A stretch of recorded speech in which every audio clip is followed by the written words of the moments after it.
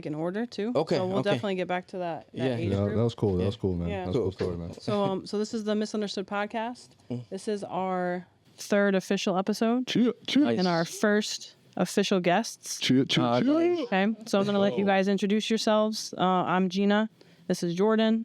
We're hosts. This is our first interview. For other people, we've interviewed each other. Okay. So all right. we're still kind of learning. Yeah. And yeah, You haven't interviewed me yet, but I mean, we'll get there. We'll get there. okay, we'll get there. We're gonna add in our like kind of our perspective, but we really want to get like your perspective on your life and like what you do and how we know each other. Yeah. Yeah, I think that's awesome. We'll get into Start at that the too. beginning, But yeah, so go ahead. I want all three of you to introduce yourself. Oh, nice. Okay. All right. So I'll start. So my name is Omar.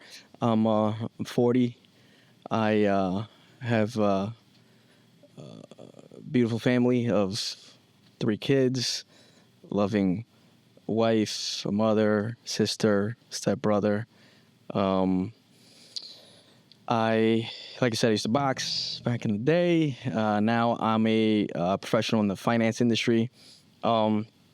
But I've done a lot of stuff in my 40 years. But one thing that really like hooked me and made me become very aware of life is this idea with human potential, right? Like this getting better, right? Trying to get better and being conscious of that and like being aware and stop being asleep at the wheel, right?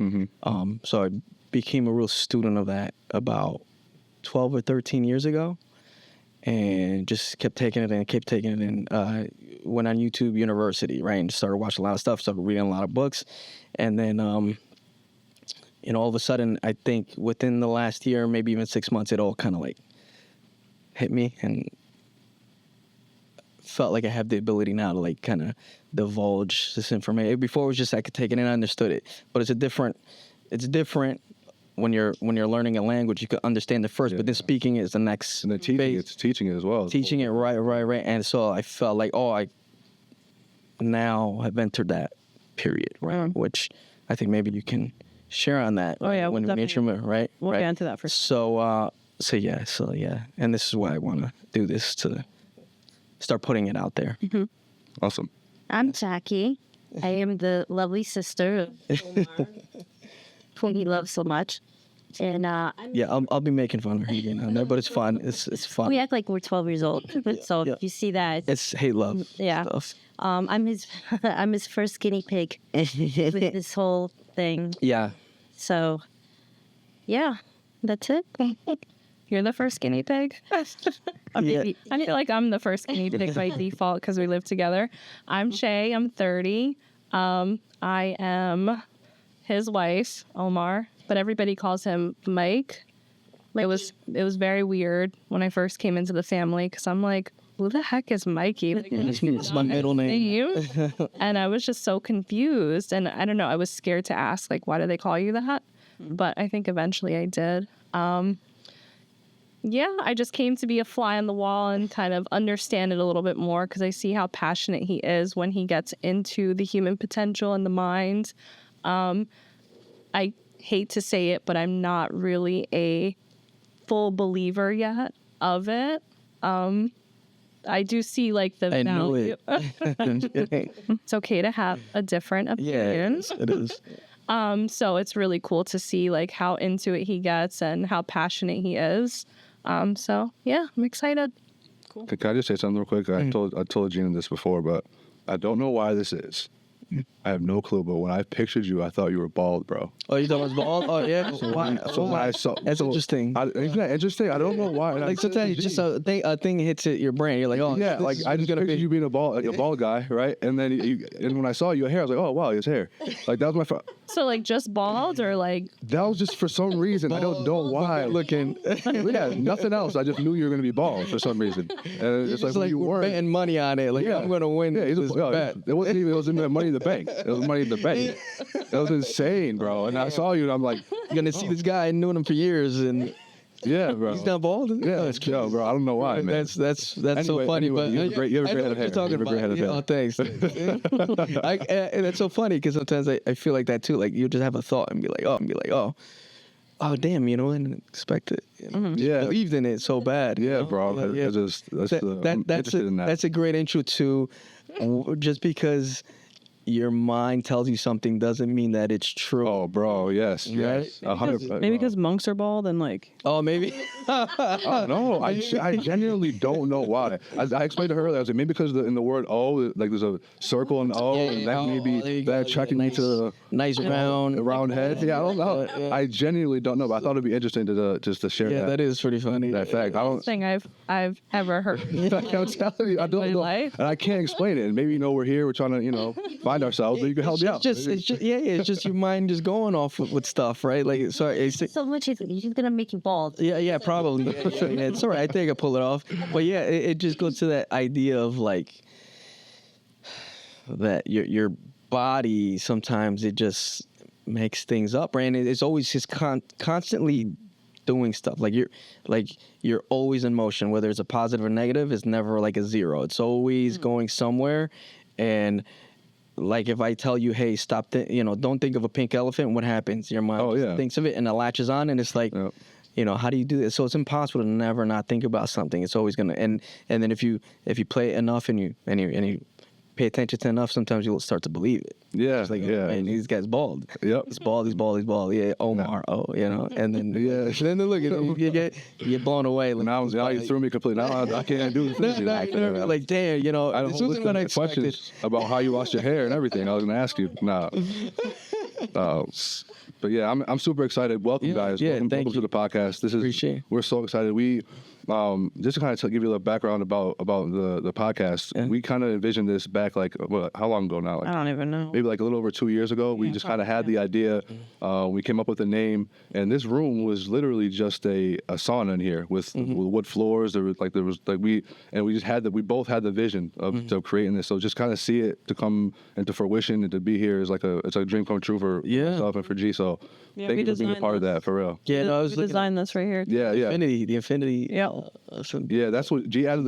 That's what set it off right there. Was the infinity side, because like I feel like what that basically means is being okay with being misunderstood. Yeah. You know what I'm saying? And like what that really means is like is forever misunderstood, right? And being okay with being misunderstood and not trying to explain yourself or make people understand you all the time. Yeah. Especially if your intentions are pure. You know what I'm saying? If you're trying to do the right thing, you can't always please everybody. Yeah. Right? You know what I'm saying? So to try to make everyone understand where you're coming from, to why you're doing this reason, if you don't know why it affects someone over there, to me it's again, it's a lot of people are misunderstood, and I think that there's strength in that. People should embrace that, being different. I think the smartest people, like geniuses, are constantly misunderstood, and they leave a baseline for the next person to kind of build off of. So like when it comes to like the human experience or the human what did you say? What did you call it? Potential. The human potential, right? Yeah. So we've learned, or previous generations have learned, this much. Now we're like, it's like a baton handoff, right? So now we're taking the baton and we're going to run with it. And then eventually it's going to get passed off. So like I think being misunderstood, there's growth in that. Yeah, yeah. And like, I think when I was young too, I had an issue with that. Like I wanted to explain myself to people constantly. Yeah. And I was not comfortable when someone didn't understand me, so I would over explain, or I would feel just like wrecked from that. And and as I'm growing and I'm understanding more, so you were trying to look for what's it called? Like validation. Validation. Yeah, by thinking everybody. Yeah, but it's all right. So like sometimes it's, and that reminds me of something like that I thought of like about myself, which is the idea of like knowing, right? So the one thing that I know for sure, 100%, is that I know that I don't know more way than what I do know, if that makes sense. It means I know that I don't know shit versus what I do know. I know very little compared to what exists, right? And just a little fact for you guys. And I'm not sure of the exact numbers, but like just in the U.S. Congress Library, there's like 11 million pages or something like that of law. And if you were to try to read it all, it would take a human about 2,000 years to read, right? So like you think about it, just in the law alone, it's impossible to know all of that. Wow, that's interesting. Right? Yeah, that really is. So for me, you know, I stopped being afraid of not knowing, because especially in my profession, I you know, it's like I'm a financial guy, and I gotta wear a suit, and I gotta be like, oh, I gotta know stuff, and I gotta act like people think I'm knowledgeable, and I would fake it or whatever, right? And that brought about some anxiety. I would want validation by talking like I'm smart, and that's not it. Like, even more today, I really am more genuine, and I'm intentional with people knowing that I don't have the answers for everything, right? But that's something that I'm certain of, and they see that, right? Which is, right, I don't know, right?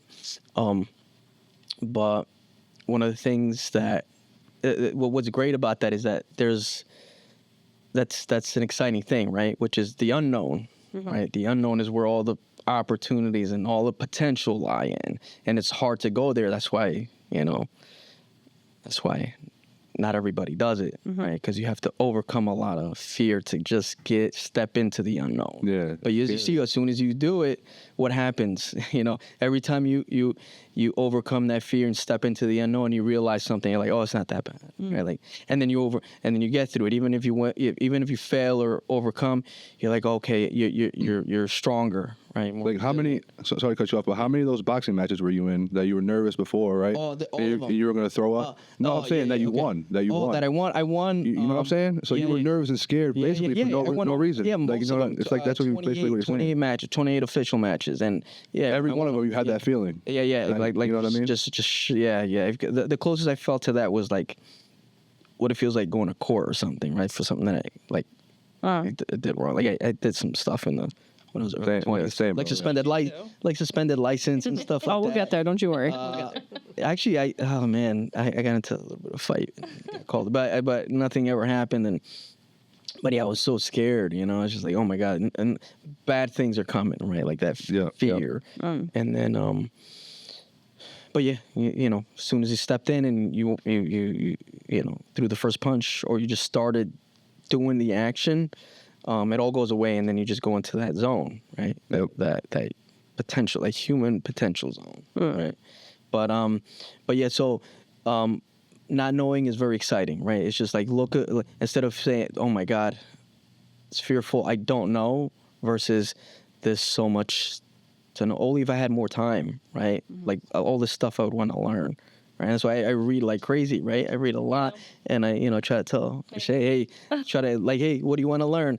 If there's one thing that can make your life better, like whatever it is, what do you want to learn? And then I do this with my kids, and I go to the library, get it, and here, start reading about it, right? Awesome. Because I think what we do a lot of times is just wait, right? Kind of put our feet up and like, I'm going to wait for the motivation to hit me. I'm going to wait for the thing to come to me. I'm going to wait for, the want to, the really want. But, we're letting something else drive us for a lot of the day, right? We're like asleep, if you think about it, when we talk about this. When you drive your car and you get to your location, sometimes you're like, how the hell did I get here, right? I mean, all the time, basically, because something has overtaken you. You went into autopilot. You actually do that throughout the whole day. Yeah. A couple times I've been driving, I'm here, I'm like, how? Yeah, how'd you get here? right. But you got to think about, like, when you're doing everything else, you got to these places too, because that thing takes over and is making decisions for you. Because we make like 5,000 micro decisions throughout the whole day. So like, it's making a decision, and then you end up with like, how the hell did I get here? Why hasn't anything changed? Why does it still suck? Whatever. Yeah. Some days, not every day. But sometimes you fall into that rut. Like every day is the same for months, and it's like, oh, you kind of feel trapped or whatever. So takes a lot of effort to like wake up from that. Yeah. Like driving a car, you could wake up from it when you run into like a hazard or like a blocked road. You gotta wake up and be like, oh, I gotta figure something out. What do I do?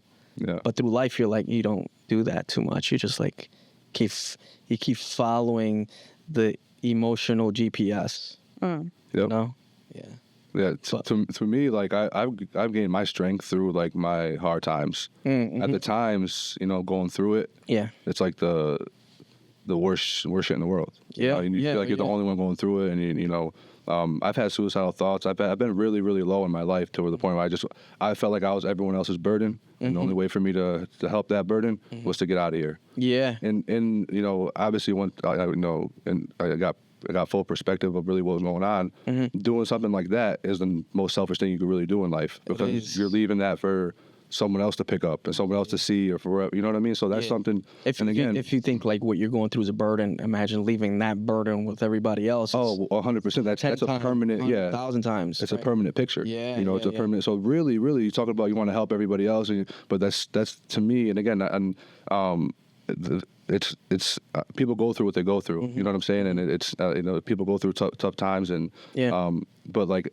I've been to those low points, and it sucks to get to those low points.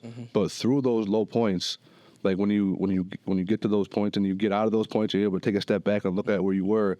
Like you're able to have confidence in little situations, that little day-to-day problems that occur. You know what I'm saying? And it sucks that I'm not saying everyone has to go through a situation like that, but hard times are what helped me. It wakes you up. My confidence. That's the thing that wakes you out of the autopilot. Exactly. Yeah, sometimes we do have to go. Some people do go through that, like a severe drug addict sometimes, right? Like they have to. They're just on this crazy autopilot, but they're just like, you know, speeding and going, like they're going nuts, right? And they just won't wake up until something happens, and they're like, "Oh shit, I gotta change my life." Yeah, man. Because I'm almost dead, or I'm hurting other people, right? But yeah, I mean, I overdosed twice. Yeah. So I used to be on like Percocets and all type of painkillers. I played basketball, professional basketball. Right. So I just got, and I grew up with like inner and outer ear infections. Oh wow. So like when I was 12, 13 years old, I would get inner and outer ear infections, and it would give me like Vicodin when I was really young. Yeah. Oh my God. Yeah. So, and you were in that perfect time. That's when all that stuff was happening. Yeah, man. And I didn't even know, because I'm getting prescribed by the doctor, right? And then when I left the doctor, I go in the street. Yeah, I'm just thinking I'm getting a medicine from the street instead of going to the doctor. It became an issue, and I mean, fast forward, I'm about to be 4 years in August. Well, I've been clean. Oh man, congratulations! That's huge. So thank you, bro. I appreciate that. But I gained strength in like I played in the league. I played Division I basketball, but I like getting clean on my own and not taking any classes and doing all that stuff.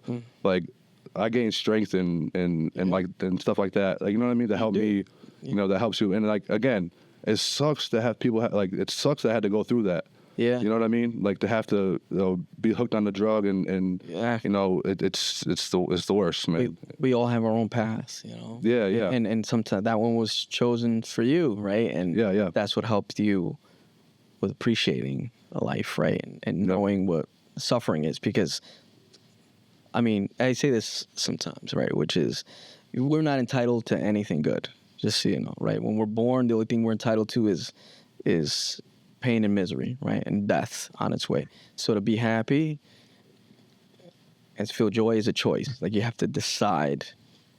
Yeah. I want to feel this, right? And like I feel for it. Like I don't know exactly what you went through, but I kind of know emotionally what that would have been like, right? Which is going through that, and especially like I never had a real suicidal thought, but I think I understand what it is, right? Which is because the mind plays crazy tricks on you. Yeah, bro. You know, for sure. And this is how I figured how bad it can get, which is if you have a scenario that you play in your head and you're like, oh, this is the bad thing that can happen, right? And then you replay it in your head, right? Do it again and over again, yeah. But the problem that happens when you play it over and over again is like you're a script writer, right? Except you have a rough draft and you keep refining it and refining it and refining it. And when you do it 100 times, it gets better. And then you do it 1,000 times, it becomes perfect. That now in your mind, that script that they've created feels like it's actually happening, right? And you're like, body has latched onto it so bad that it's unescapable, right? You're in your own prison in your own mind, and then the only way to get out of it is shutting it off, right? That feels like the only solution. Yep. Because you're trapped in there, and that's where it does, like, being aware, right? Being aware that you have a choice is what helps, right? Because it's still hard. Like when it happens. Happening, and like you got to go through it, right? But if you're unaware and you don't know what is actually happening in your body, you're trapped, right? Well, like in living through, like playing things over and over, right? Your body doesn't know the difference, so it's Yeah, right. you're living through it, and then you're creating those. We talked about this, like the pathways or the Those whatever's neural going to pathways, right? Yep. Right. Yeah, yeah. You're syncing. And whatever's neurons. releasing in your body, like those chemicals, now you're starting to get almost addicted to. Yeah, right. Then after over and over and over, this is to do with like anything, not just suicidal thoughts. It has to do with like all of it, trauma, all of it, right? all of it. Yep. So like good and bad. Yep. Good and bad. Yep. So like us as humans, we're meant to, at least back in the day, meant to like seek out things that were threats. So like we are, me personally, I'm constantly, you can ask Jordan, like I'm constantly like, all right, what is this person gonna do, or like what's the next bad thing that's gonna happen? Yeah, so you're like, defensives. yeah. So like what I mean, I've been working on it. Yeah. I still go into my ruts and like start to like ruminate and like think, oh my god, like what's the next gonna happen? Yeah. what's gonna happen, right? So Exactly. it's just interesting to start to learn all that. Because before, when I was younger, I just let my mind run wild, and that's pretty much, I was on autopilot. Yeah, yep. And that's what's running the show. That's what's making decisions, and then those choices that you make based off of what you think, is creating the way you feel. Yep. And the way you feel is now making those choices, right? It's wild. And then if you're not aware, you can't shut it off. Yeah. It just keeps going. So I want to get into that. Let's go kind of back. Okay. So from what I know of you, right? So I met you through Jackie. Right, yeah. So I met you through Jackie. You were from New Jersey. Is that where you're born? Yeah, you're born and raised. Born and raised, both of you? Yeah. Born and raised in what part of New Jersey? Northern New Jersey. So I was born in Belleville, lived in Nutley till like I was about 5, then moved to Passaic, and I spent the majority of my life up until like my early 20s in that area. Nets fan? Was that? Nets fan? No, I'm not a anything fan. You know, the only I was Bulls fan. Bulls fan? Because Jordan From Jersey. From Jersey, yeah. Yeah, I know. So it's Bulls, Giants, and what else?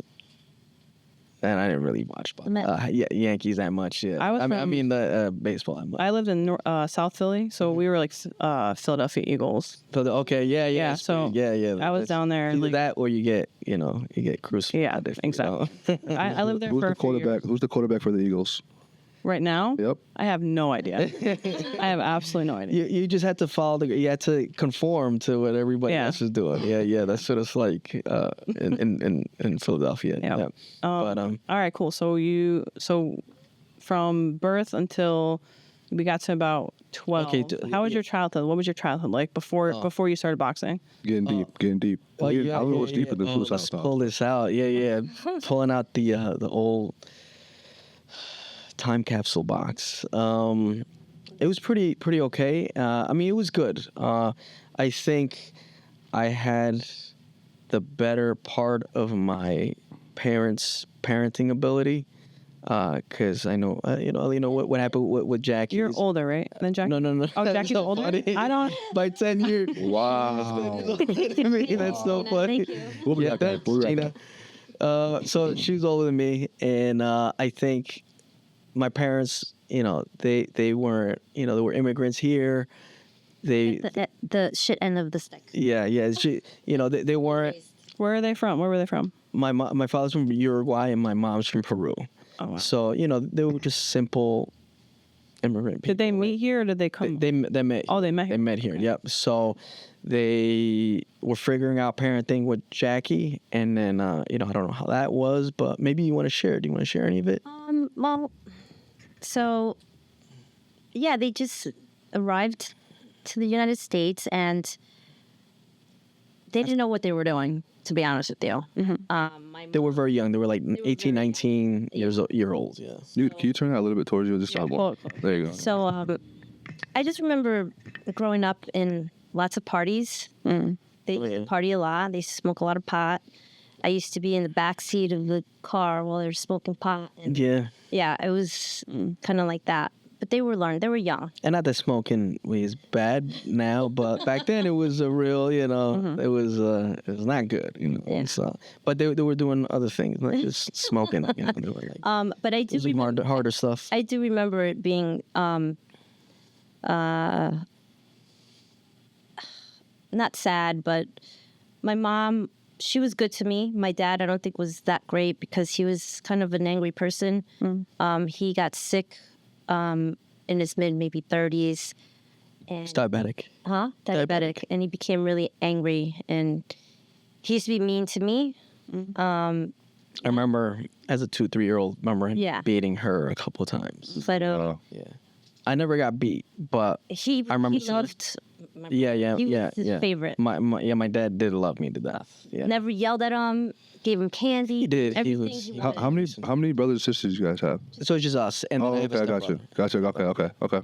Yeah, so that's the kind of thing that I remember. But it wasn't always that bad. It was there was some happy moments that I remember about Dad. Yeah. You know, He was a good person at heart, but he just didn't know any better. You know, he had a lot of vices. You know, and he was a gambler. He gambled everything away, and he had no work ethic at all. His idea of retirement was like, I'm going to retire. When I get social, I'm going to go to Uruguay, and then you live like a king off of social. Even today, I guess. But he never had any plan. He would just spend. Mom used to get frustrated. He would always be a victim. Like, oh, the man's getting me, and I can't get any. They always taking my money, or like he anything bad happened to him, he never take responsibility. He just always blame something. Which something I picked up. And then my mom, she had to work twice as hard because she's the one that paid the bills. She's the one that saved. She told me she used to go to my dad's job on Fridays, paydays, kick his ass, take half the money, and use that for the rent because he would use the rent money to gamble with. I asked you this the other day. Like, where did we come from? Like, I know. We're nothing like my dad. Yeah, nothing. yeah. We're the opposite. So this comes from like, which I was gonna actually say to you before, right? Which is because so many things that go through my mind I forget. So sometimes it comes back up, which is like your story you were talking about, right? Which is it's great. I think what happened to you. Not what happened to you then, but what happened to you now, because there's a lot of people that doesn't happen, right? Which you can see that some people take their life incidences, right, whatever happened to them, and they make it their curse, and they never escape it. And it's always a reason to be mad and resentful and all. But some people make it their gift, right? And they live an amazing life because of what happened to them, right? And what that falls back to is a choice, right? You got to choose which story you want, which is, I think, kind of part of ours, which is like, I think I learned a lot from my dad. One good thing was like he showed me how to love a lot, like a man loving a man, like a boy, right? He loved me to death, and I appreciate that for him. But all other things, I learned what not to do. Right? Don't gamble. I don't gamble at all. I actually hate it. Complaining, always being a victim. Trying to be healthy, right? Like he would do everything wrong, right? Everything wrong. So I learned that from him, and I guess you learned from that too. I learned right? that, yeah. But he passed away. Yeah. In 2018, and the last years, he died alone, and he went in a nursing. We put him in he had to go to nursing home because he was just. As he was as an individual, while he was okay, healthy, he was just unbearable. When he was, right, he actually became an addict because he suffered this chronic pain called diabetic neuropathy. He just had this constant pain on his left side, which caused him pain all day. And the way he would describe it is he said, it feels like there's a truck on the left side of my body and it never goes away. So during that time, he took a lot of Percocets and Roxys and all that stuff. And then that made him kind of addicted. So it was just always bad. And then, as you know, dealing with someone who's a drug addict sorts, it's just that's the only thing that's on his mind. Yeah, you're right. But when you try to deal with him, there's no ration. You can't ration with like. He's only thinking about that. I can't help you right now, and he's just unreasonable, right? So he had to go to a nursing home, and then that was it. We would visit him and stuff like that, and felt bad for a little bit. I stopped feeling bad after a while. I mean, I guess if you're a good person, you're always gonna feel some sort of bad feeling. But like in the beginning, like when this first all happened, I felt so terrible that I would get really upset. He'd be like, he wants to die. Like he'd be crying, like I want to die, all this stuff because of the pain. I can only imagine how terrible that must feel. But then after like a while, he just always said it, and I'm like, okay, man, when are you gonna die? Right? Like, come on, man. Like I've been waiting for this. So like as a joke, He was saying it for years though. Right. but still after a certain point, you just kind of maybe get numb or calloused a little bit. Or learn how to like live with it. That helps you better. You sit there and be sad and like you have to figure out a way to kind of counteract your feeling good thoughts. Yeah. And I got to live my life. Too, right. Exactly. And especially after I had kids, having people depend on you require a lot of strength, right? To be able to, because you got to deal with your own stuff and then make sure you keep them afloat all the time, right? So, but yeah, that was Dad, and then Mom is awesome. I think we got a lot more of her genes, maybe. Yeah. As far as positivity, she's great. I don't know if you met her. I have not. No, okay. She's life of the party even until now. Last night she's like dancing, getting everybody together. Dance all night. Yeah, she'll dance all night. She's 70. How old is she? 73. Oh my God, 73. Wow. She'll Can't believe out it. dance anymore. Yeah. She looks for the parties. That's she cool. looks for the after parties. Yeah, she does. Yeah. I can't even keep up with her. Yeah. But yeah, that was our parents. Okay. Yeah. So we got childhood to 12, and then 12 to 16. I think you said that was your last fight. That was 16 turning into 17. I still did a little training, but then I stopped. So what happened after that? So what? Well, yeah. Let me just add, when you were did you want to be a professional boxer? Like win the title? So it was obviously it was my profession. Like I knew everything. Like I don't know anything about team sports. I knew some at the time, but this was I knew all the fighters. I knew the records. I knew all the fights. You tell me anything, I was a encyclopedia of it, right? But your goal was to eventually get a world title. My goal is become a professional, right? And I did a lot of training, and especially when I went to nationals, you train really hard, right? And they would put me in with professionals, and the way to learn is they put you in with somebody bigger and stronger to kick your ass, because then you just get better from that, right? They wouldn't unload on me, but they would beat on me a little bit to sharpen you up. Yeah, because then when you play against, when you fight against someone, your stature and then it's easier, right? So it took a little bit of beating from that. And it's like running with a vest on, right? You take the vest on. Yeah, right. Then now you're lighter, right. So I did a lot of training, but the one thing that I realized was that I don't think I loved it enough to be able to go through it all into dedicate your life. Yeah. Because so this is how I always explain it to people. You know how some days when you have to go to work and you feel like you're 50%, you're like, this sucks. I don't want to go in, right? I'm hungover, or I feel down, or I did too much yesterday, and some days you're just 50%, right? However, when you have a fight coming up, doesn't matter how you got to show up and train, because that fight's coming, right?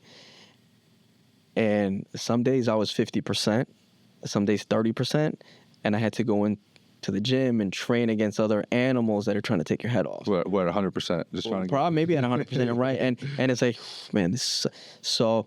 But there were a lot of times I was at 100%. But I'm human, so sometimes I'm not. And I'm like, I feel like throughout my career, I think I might go through too many of those ruts that it's gonna just.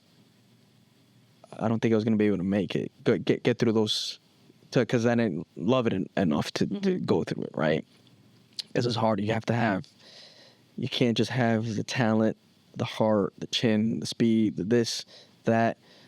You got to have it all, and the luck on your side. Yeah, right? Fighting so I did Muay Thai for a little bit, and I did start fight camp. But have you ever had a concussion? Yeah, I've had quite a few. Yeah, it sucks. Yeah, so that's probably one of the worst things ever. So, and if you're fighting a lot, you're gonna prone to get them. So one thing that I'm grateful for now is that I did stop, because I know a lot of guys, see a lot of guys that I knew growing up. There's one guy called Omar Sheikha. He's a really great fighter. He's from Palestine. Do you have hair? Yeah, he's got hair. Yeah, he's got hair. Yeah. Maybe he doesn't now, but I don't know. But I'll get one. He took a little bit of a beating, and we could see that it's it's affected him, you know? Yeah. And you see like all these other world fighters, you know, if you saw how they look when they were young versus today, that went through a full career, you can see their slurred speech. Yep. They're not, you know, they're not functioning at 100%, you know? So I'm like, okay, I feel like I could let it go. Like, I think got far enough and something to be proud of. So how old were you when you stopped? Like, what age were you? I was about 17. 17 was last year. 18. Okay, Yeah, gotcha. Senior year, I was still training, but I started getting more into like lifting and bodybuilding and stuff like that. That's why So you stopped. What? Why'd you stop? Like, I guess that's what I was trying to get at. I guess I was trying to. It was just getting popped and you know, is that I took a break after that fight, and then the fire never came back. You know, and I was like, man, if I don't feel it, because what was happening was my dad was getting offers from all these professional coaches to have me train there, and they're like, hey, they'll pay me, have me train with really other good fighters, professionals, and which sounds great, but it's also incredibly difficult. Yeah, you're getting hit. You're getting hit a lot. I'm gonna get really beat up, and not that I'm not trying to be like a little bitch, but like every day. Oh, and I know the way I am, which is there's gonna be some weeks or months that it's just gonna suck, and I don't think I have the heart to get through that. Does it give you a different perspective when you look at actual fighting now? Like those fighters, how they dedicate their life. I know exactly what they're weight cuts and like all that type of stuff. It's hard. You probably have a different, because you actually were in the weight room, like cutting weight and making fights. So you have, and then especially the dudes who have been doing it for 10, 50, whatever, 10 years. You know.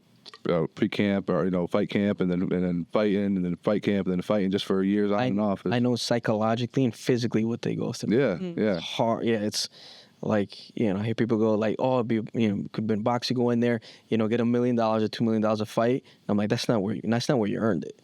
You earned it by taking beatings for months, training camps. Like you train like a monk, except you're sparring and going through all this stuff. So, so there's a cost there. But even like out of training camp sparring. I mean, their dudes are hitting hard. You're gonna hit constantly. Even if you're playing around, and hey, like fighters sometimes, some guys are cool and they'll work with you and just like just pop you a little bit. But some guys are vicious. They're trying to send a message, and they're trying to win all the time, even in a sparring match, and they'll try to hurt you.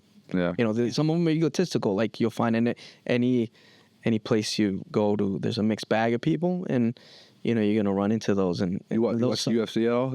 I do, yeah. You know Alex Pereira? Yeah. I just saw a clip of him like literally 2 days ago, but he was sparring with some dude, and the dude he was sparring ended up getting serious. Yeah. And so Alex turned on a switch and started like whooping his ass. Right. And then the dude was all bloody afterwards and all messed up. But it's like that competitive nature. I guess no matter who you are, it just comes out of you. Especially when you're fighting. That's that, and you gotta imagine you're like your fight or flight is in, and adrenaline's up, and when they're sparring, there's some sense of control. But like, hey, sometimes it could be misunderstood, right? Like you hit somebody and pop him really nice. Maybe he thought like, oh, you're really trying to hurt him, but maybe you just caught him at that perfect angle, which happened. Like I remember I threw like a really light left hook to this one guy, and it was like the loudest smack sound I ever heard, right? But I didn't even throw it.